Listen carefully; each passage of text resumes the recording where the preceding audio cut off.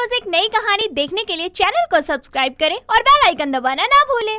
शिप्रा अपनी बेटी प्रिया को आवाज लगाते हुए कहती है, प्रिया बेटा, अरे ओ मेरी आलसी बेटी, उठ जा, सुबह हो चुकी है, अपने सपनों की दुनिया से बाहर आ जा। शिप्रा की आवाज सुनकर उसका पति सुधीर बाहर आकर कहता है, क्यों सुबह सुबह टेप रिकॉर्डर की तरह शुरू हो जाती हो? सांस भी ले लिया करो कुछ वक्त के लिए। हाँ, इस घर में तो मैं ही पागल हूँ। एक तो सुबह जल्दी उठो, सबके लिए नाश्ता बनाओ, फिर भी इतनी खरी खोटी सुनाते रहते हैं। बोलती रहो, मेरा दिमाग मत खाओ। आप दोनों बाप बेटी मेरा खून पीने के लिए ही बने हुए हो। देख लो जी, अगर अपनी बेटी को नहीं उठाया ना आपने, तो मुझसे बुरा कोई नहीं होगा। अरे तुमसे बुरा तो सच में दुनिया में कोई नहीं है। दोनों पति पत्नी की नोक झोंक के बीच प्रिया अंगड़ाई लेती हुई बाहर आती है और बोलती है, पापा की परी हूँ मैं। अरे ओ पापा की परी, तुझे तो मैं अभी उड़ाती हूँ। टाइम दिख रहा है तुझे कितना हो रहा है? अरे माँ, जिनके सपने बड़े होते हैं ना, उनकी नींद भी लंबी होती है। हाँ, देखना मेरी बेटी किसी दिन बहुत बड़ा काम करेगी।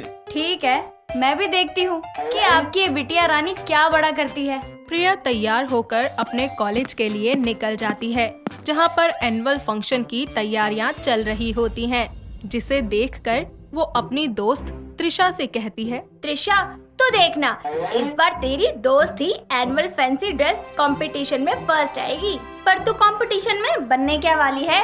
बेटा, स्टेज पे ही देखियो।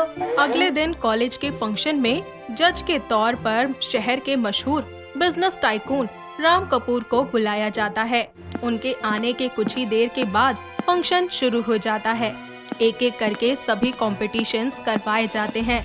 अंत में बारी आती है फैंसी ड्रेस कंपटीशन की, जहां प्रिया एक सरदार की कॉस्ट्यूम पहनकर स्टेज पर आती है और भंगड़े का पोस्चर लेते हुए बोलती है, बल्ले बल्ले ते शावा शावा, बल्ले बल्ले ते शावा शावा, पियो पियो ते कावा कावा, बल्ले बल्ले ते शावा शावा, पियो पियो ते कावा कावा। गाना खत्म हुआ। प्रिया की ये परफॉर्मेंस देखकर वहाँ मौजूद सभी लोग हंसने लगते हैं।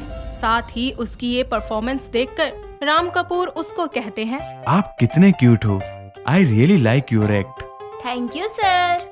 प्रिया जैसे ही सर झुकाती है, उसके सर पर बंधा हुआ कपड़ा खुल जाता है, जिसके बाद उसके लंबे बाल उसके चेहरे पर आने लगते हैं। ये देखकर राम कहता है, ओह, तो आप एक लड़की हो। कॉस्ट्यूम में तो पता ही नहीं लगा। प्रिया को राम बहुत पसंद आता है। हालांकि वो उससे दुगनी उम्र का व्यक्ति था, पर कहते हैं ना कि जब प्यार होता है तो वक्त, हालात, ऊंच नीच, अमीर गरीब या छोटा बड़ा नहीं देखता, वो बस हो जाता है। अपनी परफॉर्मेंस के बाद प्रिया राम के ख्यालों में डूबी हुई बाहर आती है, जहां त्रिशा उससे कहती है, वाह यार, तू तो छा गई। पता है, बहुत ही फनी एक्ट था, सारे जोर जोर से हंस रहे थे। प्रिया का ध्यान त्रिशा की बातों पर नहीं होता। वो तो सिर्फ और सिर्फ अपने ख्यालों में खोई रहती है कि तभी उसको राम कपूर अपनी कार से वापस जाते हुए दिखाई देते हैं। तो वो भागकर उनकी कार को रोकते हुए कहती है, रुकिए, वो मुझे आपसे बात करनी थी। राम कार का शीशा नीचे करके बोलते हैं, हाँ बोलिए। वो ना, आप मुझे बहुत अच्छे लगे। आपने जो तारीफ में मेरे शब्द कहे ना, वो मेरे कानों में ही गूंजे जा रहे हैं। I think I fall in love with you. आप पागल हो गई हो। अपनी उम्र देखो, ये उम्र जिंदगी जीने की होती है, किसी के साथ ऐसा भद्दा मजाक करने की नहीं। पर मैं सच कह रही हूँ, मजाक नहीं कर रही। तुम कार में बैठो, तुमको मैं अच्छे से समझाता हूँ। राम प्रिया को पास के एक कैफे में ले जाता है और बहुत समझाने की कोशिश करता है, लेकिन अब प्रिया किसी के रोकने या समझाने से समझने वाली नहीं थी। राम के इतना कहने पर भी वो उसको गुस्से में जवाब देते हुए बोलती है, मैं आपसे प्यार करती हूँ, आप करो मत करो मुझे फर्क नहीं पड़ता। पर मैं उम्र में तुमसे बहुत ज्यादा बड़ा हूँ। तुमने सोचा है कभी लोग क्या कहेंगे? जिनको बोलना है बोलते रहे, मुझे किसी की परवाह नहीं है। इतना कहकर प्रिया वहाँ से चली जाती है, लेकिन राम वहीं बैठा हुआ उसके बारे में सोचता रहता है। आज के बाद से वो भी रोज उससे मिलने कॉलेज आता। दोनों साथ में समय बिताने लगते हैं, जिसके बाद राम को भी प्रिया से प्यार हो जाता है। ऐसे ही एक दिन प्रिया को उसके घर छोड़ते वक्त राम उससे बोलता है, प्रिया, क्या तुम्हें लगता है कि तुम्हारे घर वाले हमारी शादी के लिए मान जाएंगे? मेरी खुशी के लिए ना उन्हें मानना ही पड़ेगा। ऐसा करते हैं, हम कल चलते हैं, उनसे बात करते हैं। ठीक है। अगले दिन दोनों कार में बैठकर उसके घर पहुंचते हैं, जहां प्रिया अपने माता पिता को राम के बारे में सब बताती है, जिसके बाद उसकी माँ बोलती है, हाय दैया, ये लड़की तो हमें कहीं मुंह दिखाने लायक नहीं छोड़ेगी। कितने बड़े बड़े सपने देखती थी और अब देखो इसे अधेड़ उम्र का पति ले आई अपने लिए। मैं ना कहता था मेरी बेटी कुछ बड़ा करेगी। अरे अपनी आंखें खोलो, वो बड़ा काम नहीं बड़ा पति लेकर आई है। बेटा अगर तुझे पति ही चाहिए था तो हमसे बोल देती। बाप तो तेरे पास पहले से ही था, तो इसे क्यों ले आई? मम्मी, ये आप क्या कह रही हैं? आज के जमाने में भला प्यार उम्र देख के किया जाता है? मम्मी जी, प्रिया सही कह रही है। मैं आपकी बेटी को हमेशा खुश रखूंगा। शिप्रा के घर में हो रहा ड्रामा पड़ोस की दो औरतें कान लगाए सुन रही होती हैं और आपस में खुसुर पुसुर करते हुए बोलती हैं, अरे सरला बहन की तो किस्मत ही फूट गई। अपनी बेटी के लिए दूल्हा ढूंढने निकली थी और उनकी बेटी ससुर को पसंद कर लाई। हाँ बहन, बेटी बहू बनने की जगह सास बनने जा रही है। घोर कलयुग है। दोनों पड़ोसनों की बात सुनकर शिप्रा कहती है, लो सुन लो जी अपनी बेटी के कारनामे।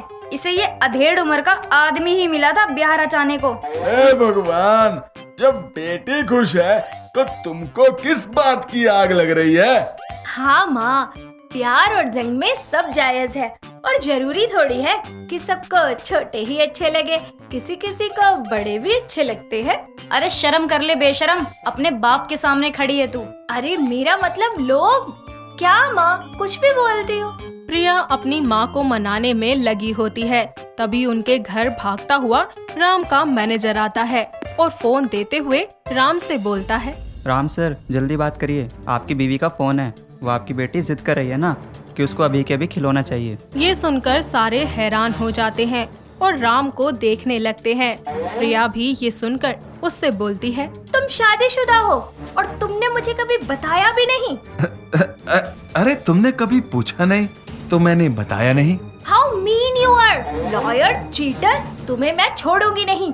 ये सुनते ही राम वहाँ से भाग जाता है। प्रिया भी उसके पीछे झाड़ू लेकर भागती है।